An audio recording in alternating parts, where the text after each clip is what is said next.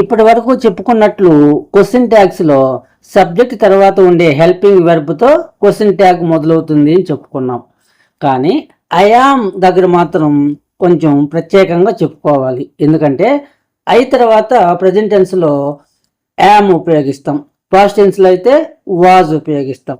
ఇక్కడ question tag రాసేటప్పుడు I am reading అన్నాం అనుకోండి, యామ్ ఇంట్ ఐ అనకూడదు, ఆర్ ఇంట్ ఐ అనాలి. కాంపిటేటివ్ ఎగ్జామ్స్లో ఎక్కువగా ఇదే ఇస్తారు కన్ఫ్యూజ్ చేయడానికి.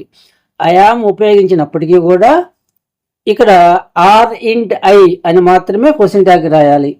ఇక్కడ యామ్ బదులు ఆర్ ఉపయోగిస్తాము.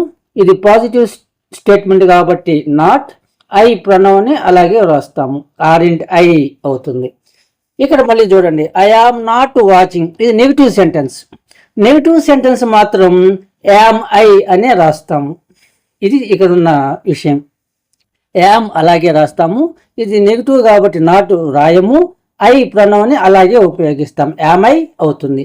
ఒక్క ఐఆమ్తో రాసినప్పుడు పాజిటివ్ స్టేట్మెంట్కి మాత్రమే ఆర్ ఇంట్ ఐ అని రాయాలి. అలాగే వాజ్ వచ్చిందనుకోండి, వాజ్ ఇంట్ ఐ అనే రాస్తాం. వాజ్ నాట్ వచ్చిందనుకోండి, వాజ్ ఐ అనే రాస్తాము. ఈ డిఫరెన్స్ మనం గమనించాలి. ఐ వాజ్ రీడింగ్ అన్నాం అనుకోండి, వాజ్ ఇంట్ ఐ అవుతుంది.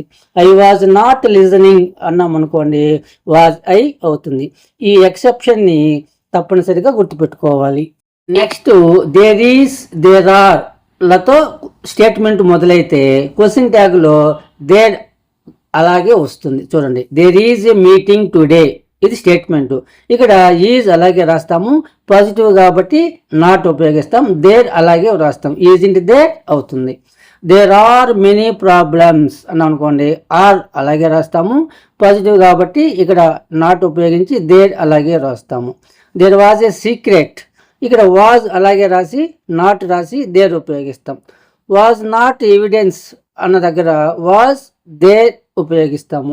ఒకవేళ స్టేట్మెంట్స్లో is not, are not, was not ఉన్నాయనుకోండి, అప్పుడు is there, are there, was there అని వస్తాయి. ఇక్కడ దేర్ ఈస్, దేర్ ఆర్తో మనం గమనించాల్సింది దేర్ అలాగే ఉపయోగిస్తాము ప్రొనౌన్ ప్లేస్లో.